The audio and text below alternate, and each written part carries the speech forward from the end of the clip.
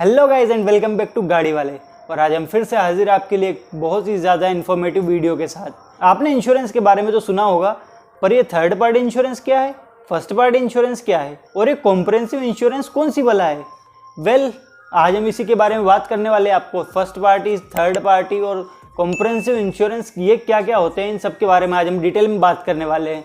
तो चलिए वीडियो को शुरू करते हैं। My own, in the zone, that's the only way I know. Feeling low, about to blow back up. Here I never let the doubt creep in. Gotta pop a couple more aspirin. I don't think I'll ever let you. Motor vehicle act के तहत आप अगर road पर आपकी गाड़ी चला रहे हैं तो आपकी गाड़ी का कम से कम थर्ड पार्टी इंश्योरेंस होना ज़रूरी है। अगर आपके पास वो इंश्योरेंस नहीं है तो या तो आपकी गाड़ी जब्त की जा सकती है, आपको जेल भी हो सकती है। पर ये चाहिए क्यों, होता क्या है थर्ड पार्टी इंश्योरेंस, इससे क्या फ़ायदा है और क्यों हमें करवाना चाहिए।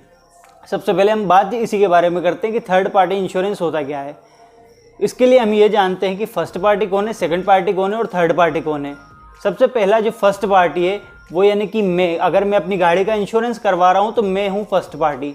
सेकंड पार्टी जो इंश्योरेंस करने वाली कंपनी है वो होगी इसमें सेकंड पार्टी। और थर्ड पार्टी वो है यदि मेरी कोई दुर्घटना हो जाती है, मेरी गाड़ी से कोई एक्सीडेंट हो जाता है और किसी की पर्सनल प्रॉपर्टी का या फिर गवर्नमेंट प्रॉपर्टी का कोई नुकसान होता है, वो होता है थर्ड पार्टी। अब इंश्योरेंस इसमें कैसे काम करता है, तो थर्ड पार्टी इंश्योरेंस जो है, यदि आपने कोई एक्सीडेंट किया है तो जो भी सामने वाले की पर्सनल प्रॉपर्टी का नुकसान होगा, उसकी गाड़ी का जो डैमेज होगा, उसको जो डैमेज होगा, उसकी भरपाई के लिए कोई तो चाहिए। थर्ड पार्टी इंश्योरेंस में इंश्योरेंस कंपनी क्या क्या कवर करती है, इसमें तीन चीज़ें हैं।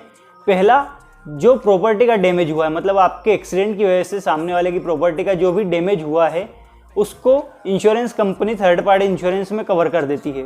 सेकंड, जो पर्सन है जिससे आपका एक्सीडेंट हुआ है उसको या तो कोई इंजरी हुई है या फिर इवन उसकी डेथ हो गई है तो उसके लिए भी इंश्योरेंस कंपनी जिम्मेदार होती है, वो उनको कुछ मुआवजा पे करती है।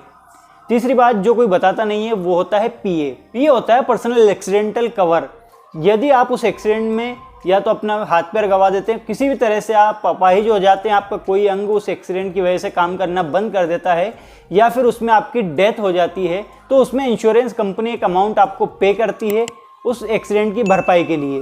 अब जो थर्ड पार्टी इंश्योरेंस है, इसमें जो थर्ड पर्सन होता है उसको मिलने वाला अमाउंट कोई फिक्स नहीं होता। इसमें ये देखा जाता है कि वो आदमी कितना कमाता है, वो अकेला कमाने वाला है या और भी कोई कमाने वाले हैं, उसके इस एक्सीडेंट से कितना नुकसान हुआ है, उसके घर को, उसकी फाइनेंशियल कंडीशन को कितना नुकसान हुआ है इस चीज़ से, ये सब देखकर कोर्ट इसका फैसला करता है कि इंश्योरेंस कंपनी उस थर्ड पार्टी को कितना अमाउंट पे करेगी। ये तो हो गई थर्ड पार्टी इंश्योरेंस की बात। पर फर्स्ट पार्टी इंश्योरेंस क्या है? फर्स्ट पार्टी इंश्योरेंस और कॉम्प्रिहेंसिव इंश्योरेंस दोनों एक ही बात है। आपको जितना भी बेनिफिट थर्ड पार्टी इंश्योरेंस में मिलता है वो सब मिला के आपको फर्स्ट पार्टी इंश्योरेंस में भी मिलता है।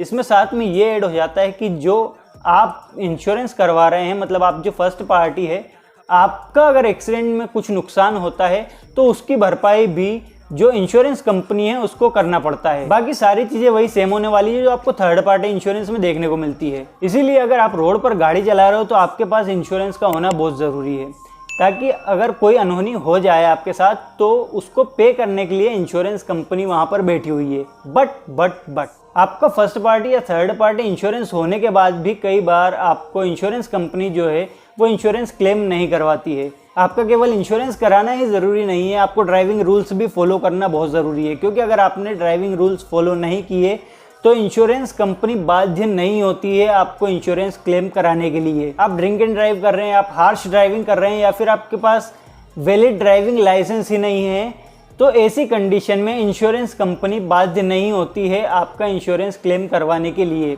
तो जब भी आप गाड़ी चलाएं ड्राइविंग रूल्स को फॉलो कीजिए, कंडीशन ऐसी आने ही ना दे कि आपको कभी इंश्योरेंस क्लेम करवाना पड़े। सेफ ड्राइविंग कीजिए, कार चलाते हैं तो सीट बेल्ट ज़रूर पहनिए, बाइक चलाते हैं तो हेलमेट ज़रूर पहनिए।